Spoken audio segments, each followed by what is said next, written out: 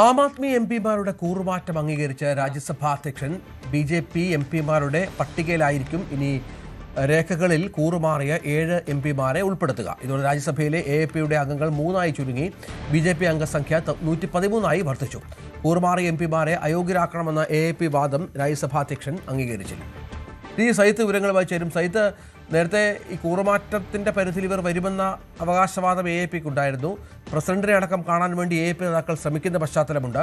ഇപ്പോൾ ഇതുമായി ബന്ധപ്പെട്ട ഏറ്റവും പുതിയ നടപടി എന്താണ്? കൂറുമാറ്റത്തിനെതിരെ ആം ആദ്മി നടത്തിയ നീക്കങ്ങളൊന്നും ഫലം കാണുന്നില്ല എന്നതാണ് സാഹചര്യം. ഇപ്പം കൂറുമാറിയ 7 എംപിമാരെയും രാജ്യസഭയിൽ BJPയുടെ പട്ടികയിലാണ് ഇപ്പോൾ പരിഗണിച്ചിരിക്കുന്നത്. ഇത് സംബന്ധിച്ച് ഇനി മുതൽ രാജ്യസഭാ രേഖകളിൽ അവർ BJP എംപിമാർ എന്നായിരിക്കും ഇനി മുതൽ അറിയപ്പെടുക. അത് അംഗീകരിച്ചിട്ടുണ്ട്. അതായത് തങ്ങളെ BJPയുടെ ഭാഗമായി അംഗീകരിക്കണമെന്ന് ആവശ്യപ്പെട്ടുകൊണ്ട് രാജ്യസഭാ അധ്യക്ഷൻ അവർ കത്ത് നൽകിയിരുന്നു. അത് പരിഗണിച്ചുകൊണ്ടാണ് ഈ തീരുമാനം. അതേസമയം കൂറുമാറിയ എംപിമാരെ അയോഗ്യരാക്കണം എന്ന ആവശ്യം ആം ആദ്മി മുന്നോട്ട് വെച്ചിരുന്നു. പക്ഷേ ഈ ആവശ്യം അംഗീകരിക്കപ്പെട്ടില്ല.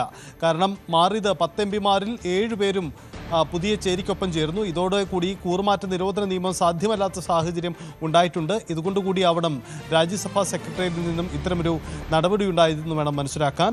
ഇതോടുകൂടി രാജ്യസഭയിലെ ആം ആദ്മിയുടെ അംഗസംഖ്യ 3 ചുരുങ്ങുന്നു എന്ന സാഹചര്യം. അതേസമയം BJPക്ക് 7 പേരെ കൂട്ടിച്ചേർക്കപ്പെടുന്നതോടെ 113 അവരുടെ അംഗസംഖ്യ മാറുന്നു എന്ന മറ്റൊരു സാഹചര്യം കൂടിയുണ്ട്. രാജ്യസഭാ എംപിമാരുടെ കൂറുമാറ്റത്തിനപ്പുറം ആം ആദ്മി പാർട്ടി നേരിടുന്ന വെല്ലുവിളികൾ പലതുണ്ട്.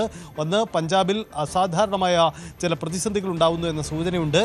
MLAമാർ നല്ലൊരളവ് MLAമാരും BJPക്കൊപ്പം ചേരുമോ, പുതിയ നീക്കം പ്രഖ്യാപിക്കുമോ എന്ന ആശങ്ക ആം ആദ്മി പാർട്ടിയെ സംബന്ധിച്ചുണ്ട്.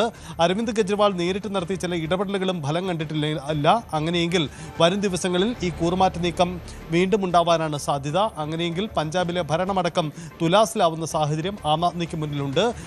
അതിനപ്പുറം അടുത്ത വർഷം വരാനിരിക്കുന്ന നിയമസഭാ തെരഞ്ഞെടുപ്പിലും ഗുരുതരമായ പ്രതിസന്ധിയാണ് ആം ആദ്മിയെ കാത്തിരിക്കുന്നത്.